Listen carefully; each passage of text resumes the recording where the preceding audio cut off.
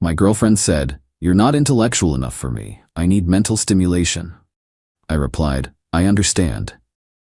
Then I stopped writing her graduate papers for her. Her professor's plagiarism investigation started when her writing quality suddenly dropped to failing. Original post: I, 32 male, met Jessica, 29, at a coffee shop near the University District about 2 years ago. She was reading Proust. I was grading papers. I teach high school history. She made some comment about how refreshing it was to see someone still reading physical books. We hit it off. Jessica was in her second year of her PhD in comparative literature. Brilliant conversationalist when she wanted to be. Could quote Derrida and Foucault like breathing. Made me feel like I was dating someone way out of my intellectual league, which she subtly reminded me of, constantly. It's sweet how you try to understand my work. Not everyone can grasp post-structuralist theory. Don't feel bad. Your job must be so relaxing just teaching basic history to teenagers. I let it slide because, honestly, I was infatuated. She was gorgeous, sophisticated, and when she wasn't being condescending, genuinely fun to be around. About 6 months in, she started asking for help with her papers. Started innocent enough. Proofreading, checking grammar. I'm a decent writer, been published in a few history journals, nothing fancy. But then the requests escalated. "Can you just rewrite this introduction? You're better at making things clear. This argument section needs work. Can you strengthen it?" Eventually, I was writing entire papers. 20, 30-page analyses of obscure French philosophers I'd never heard of before meeting her. I'd spend my weekends researching, writing while she went to study groups, which I later learned were wine nights with her cohort. The thing is, I actually enjoyed it at first. I love research, love writing, and seeing her get praised for her work made me happy. Her advisor, Professor Whitfield, called her papers exceptional and publishable. She'd come home glowing, sometimes even thanking me, in her way. "You're so good at translating my complex ideas into readable prose." Translation: I was writing the whole damn thing. Fast forward to 3 weeks ago. We're at dinner with her PhD friends. They're discussing Baudrillard's concept of hyperreality. I'd literally written a paper on this for her the month before. I made a comment, trying to contribute. Jessica laughed. Not a cute laugh. A dismissive, embarrassed laugh. "Oh, Derek's trying to engage with theory again. It's adorable." Her friend Nathaniel smirked. "It's nice that you try to understand Jessica's world." That's when Jessica delivered the killing blow. "Honestly, sometimes I need more intellectual stimulation. Derek's sweet, but he's just not on my level. I need someone who can challenge me mentally, you know?" The table went quiet. Even her pretentious friends looked uncomfortable. I excused myself, went to the bathroom, stared at myself in the mirror. 3 thoughts. 1. I'd been writing her papers for 18 months. 2. Those papers were getting her through her PhD. 3. She just called me intellectually inadequate in public. I went back to the table, smiled, finished dinner. When we got home, she acted like nothing happened. Even asked if I could look at her latest paper on Deleuze that was due Monday. "Sure," I said. "Send it over." She sent me her usual outline, basically just the assignment prompt and some random quotes she'd copied from somewhere. I opened a new document, then stopped. Closed my laptop. Sunday night. "Where's the edited paper?" "Didn't get to it," I said. "You should be fine with what you have." She submitted her own work for the first time in over a year. Update 1, 5 days later. Holy crap, this escalated fast. Got a text from Jessica Tuesday afternoon while I was teaching. Just, "Urgent, call me now." I didn't call. Checked my phone after school. 14 missed calls, 32 texts. They started angry, got desperate, ended with threats. "My advisor wants to see me about the paper. He says it doesn't match my usual work. This is your fault. You have to help me explain this. Derek, I'm serious. This could ruin my career. If you ever loved me, you'll help. I'll tell everyone you've been writing my papers." That last one made me laugh. Yeah, please do tell everyone that. She was waiting at my apartment when I got home, puffy-eyed, mascara everywhere. The power dynamic had completely flipped. Professor Whitfield thinks something's wrong. He says my latest paper reads like you wrote it? I suggested. This isn't funny. He wants to meet with me in the department chair. He used the word inconsistencies. "Derek, you have to help me." "How?" "Write a better paper. Tell him you were sick. and I was stressed, and that's why the quality dropped. Something. So you want me to help you lie to your advisor about academic fraud? It's not fraud. They're my ideas. You just help articulate them. I pulled out my laptop, showed her my folder, titled Jessica's Papers. Every single paper I'd written for her, with my research notes, rough drafts, revision history, timestamps showing I'd spent 20 to 30 hours on each one. These aren't your ideas, Jess. I researched, argued, and wrote these. You contributed assignment prompts. Her face went white. You kept everything? I'm a history teacher. Documentation is kind of my thing. What are you going to do with those? Nothing. They're my insurance policy. You want to threaten me? Go ahead. But we both know who actually earned your grades.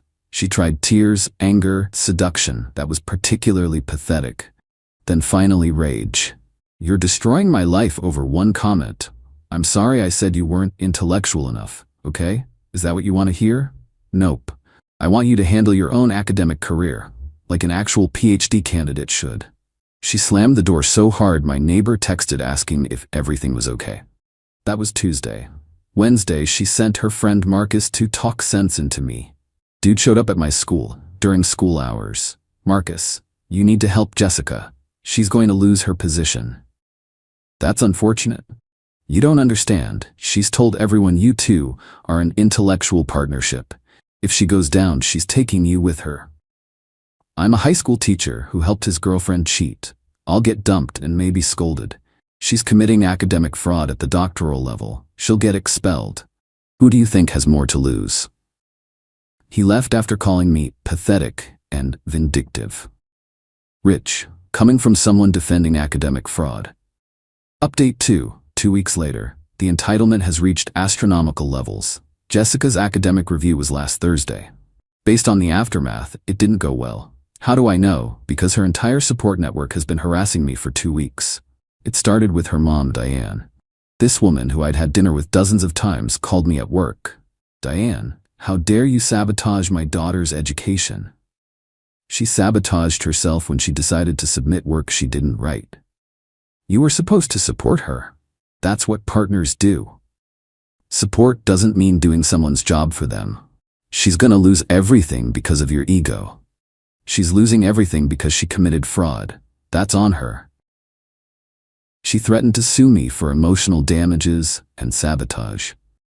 I forwarded the call recording, single-party consent state, perfectly legal, to my buddy who's a lawyer. He laughed and said to keep documenting everything. Then came the social media campaign. Jessica posted this sob story about her abusive ex who manipulated her work and gaslit her into dependency. She actually claimed I forced her to use my writing, that I was controlling and wouldn't let her submit her own work. The comments were wild, people calling me a predator, saying I deliberately sabotaged a brilliant woman, etc. I didn't respond publicly. Instead, I sent screenshots to my lawyer friend. He drafted a cease and desist letter regarding defamation. Suddenly, the posts disappeared. But the best part? Professor Whitfield reached out to me directly. Email summary. Mr. Brennan, I'm aware you've been in a relationship with Jessica. I'm also aware of certain claims she's made regarding her academic work. Without asking you to incriminate yourself, I'd appreciate any clarity you can provide regarding her recent paper's significant departure from her established writing patterns. I responded carefully. Professor, Jessica has always been responsible for her own academic submissions. I cannot speak to her writing process or any changes in her work quality. He replied, understood. For what it's worth, her recent submission showed a writing level consistent with an undergraduate, not a third-year PhD candidate. The committee has concerns about all her previous work now. Turns out, when they asked Jessica to reproduce her analysis of Foucault's Discipline and Punish in person, she couldn't even explain the basic premise. When asked to discuss her own paper's argument about biopower, she fumbled completely. They're reviewing everything. Every paper, every submission. And here's the kicker. They want her to do a supervised writing exercise. In person. No notes, just her and a prompt.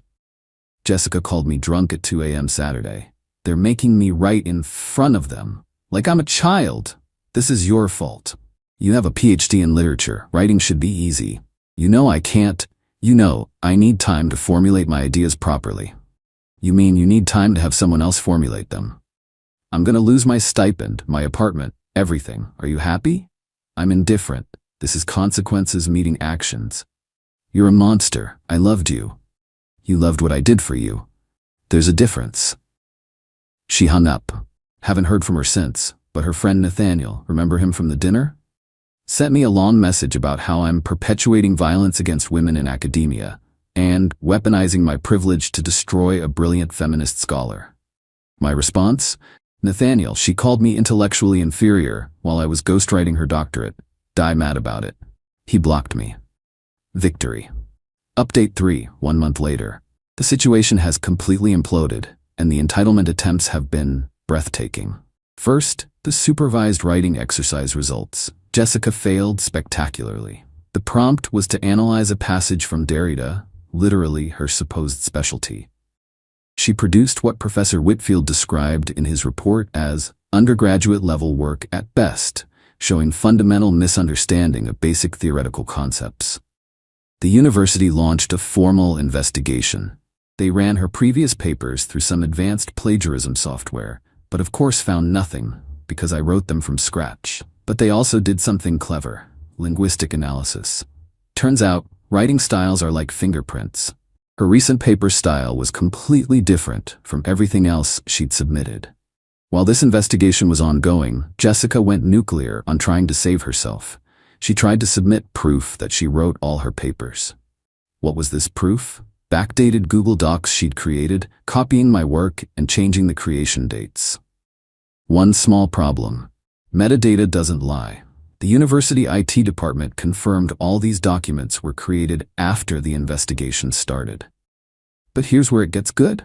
She didn't just copy the final papers. She somehow got into my cloud storage, we'd shared passwords back when I trusted her, and downloaded all my rough drafts, notes, and research. Then tried to pass them off as hers. I only found out because Google sent me security alerts about logins from new devices. When I checked, she'd downloaded everything. I immediately changed all passwords and enabled two-factor authentication. Then I did something perhaps petty, but absolutely necessary. I sent Professor Whitfield screenshots showing the access logs. Downloads from her IP address, timestamps of exactly when she accessed my files, all dated after the investigation began. This is where it got legally problematic for her. Jessica's father, Richard, reached out. Richard's a successful real estate developer, money to burn. Richard, Derek, let's be reasonable men here. My daughter made mistakes, but her entire future is at stake. Me, okay? I'm prepared to offer you $50,000 to write a statement saying you two collaborated on papers together. As equals. Academic partnership between lovers, nothing wrong with that. Are you attempting to bribe me to lie to a university investigation? Richard, I'm offering compensation for your time and trouble. I'm recording this call just so you know. Click. I immediately forwarded the recording to my lawyer and, after his advice, to the university's investigation committee. Attempting to bribe witnesses in an academic fraud investigation? That escalated things from internal review to potential criminal territory. When bribery failed, Jessica tried to burn my life down. She 1. Called my principal claiming I was grooming students by helping them with essays, the same thing literally every teacher does. 2. Left reviews on my school's Facebook page calling me dangerous and manipulative. 3. Contacted my ex-girlfriend from 3 years ago trying to dig up dirt. 4. Filed a police report claiming I hacked her computer when she gave me her passwords. Fortunately, I'd been documenting everything. My principal, who'd already heard about the situation through teacher gossip, basically laughed off her complaints. The police took one look at her hacking claim, saw she'd voluntarily shared passwords, and closed the case. My ex actually texted me, "Your current GF seems psycho. Glad you're handling it. Also, she offered me money to lie about you. WTF. I'd held back on something major, hoping it wouldn't be necessary. But when she tried to get me fired, gloves came off." See, Jessica hadn't just cheated on her PhD work. I'd also written her master's thesis. Yeah, the entire thing. 2 years before we even started dating her PhD, she was struggling with her MA thesis. I helped her then too, thinking I was being supportive. I'd kept everything: research, drafts, sources, even email exchanges where she basically admitted she couldn't write it herself. I compiled everything into a single PDF, 247 pages of evidence showing I'd written her master's thesis and at least 15 PhD-level papers. Every draft, every revision, every timestamp. I sent it to the university's Academic Integrity Board with a simple note. I believe this information may be relevant to your investigation of Miss Jessica Holloway. Final update. The fallout was swift and complete. Jessica was expelled from the PhD program, not suspended, not put on probation, expelled. The university also revoked her master's degree after reviewing my evidence. 6 years of supposed academic achievement, gone.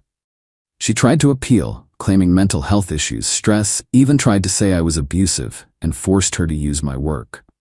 The committee apparently told her that even if that were true, which they didn't believe, it wouldn't excuse 6 years of academic fraud. The day after the expulsion was finalized, I got a call from an unknown number. It was Jessica, calling from her friend's phone. Jessica, I hope you're happy. You've destroyed my entire life.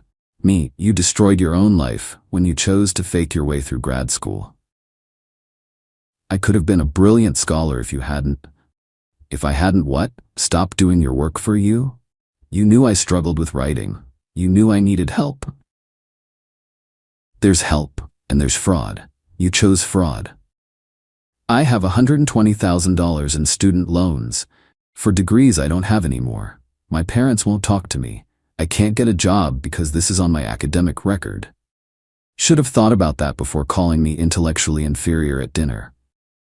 That's what this is about? Your fragile male ego?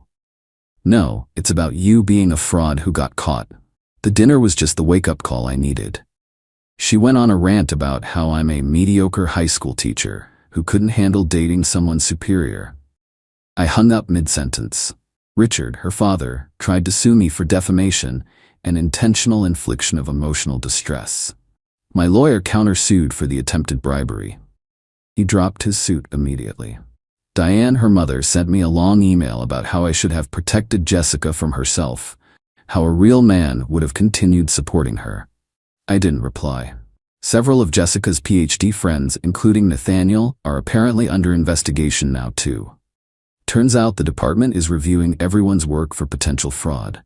Nathaniel's advisor found inconsistencies in his work as well. The whole program is in chaos. Jessica moved back to her hometown. Last I heard through mutual friends, she's working at her uncle's insurance company, doing data entry. She apparently tells people she left academia because it was too political. Professor Whitfield actually sent me a final email. Mr. Brennan, while I cannot comment on specific cases, I want you to know that academic integrity is the foundation of scholarship. Those who violate it, and those who enable such violations, have no place in academia. I hope you understand that your actions, though difficult, were correct. Still teaching high school. Actually got a small raise after one of my students won a state essay competition that they actually wrote themselves. My principal, who knows the whole story, jokes that I should offer college application essay services since I'm apparently good at academic writing. I've started dating again. Nothing serious yet. Made it very clear to the woman I'm seeing that I value honesty and self-sufficiency. She's an engineer who laughs at the story and says, "Why would anyone want someone else to do their work? The whole point is learning." Exactly. Sometimes I wonder if I went too far, if I should have just broken up with her and moved on. But then I remember her smug face at that dinner, calling me intellectually inadequate while her entire academic career rested on my work. I remember her friends smirking, her condescension, her absolute certainty that she was my superior. She wanted intellectual stimulation? She got it. Just not the kind she expected. The funniest part? I still have academics citing her papers in their work, papers that I wrote. There's something poetically just about that. Her name might be on them, but everyone who matters knows the truth now. To anyone reading this in a similar situation, document everything. Don't let anyone make you feel inferior while they're using you. And when someone shows you who they really are, believe them the first time. Would I do it again? Absolutely. Did I enjoy watching her academic career implode? More than I probably should have. Am I the villain in her story? Definitely. Do I care? Not even a little.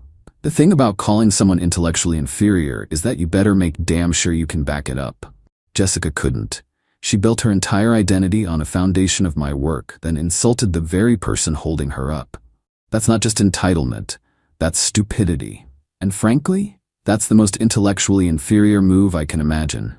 Guess I provided that mental stimulation after all. Just not how she wanted it.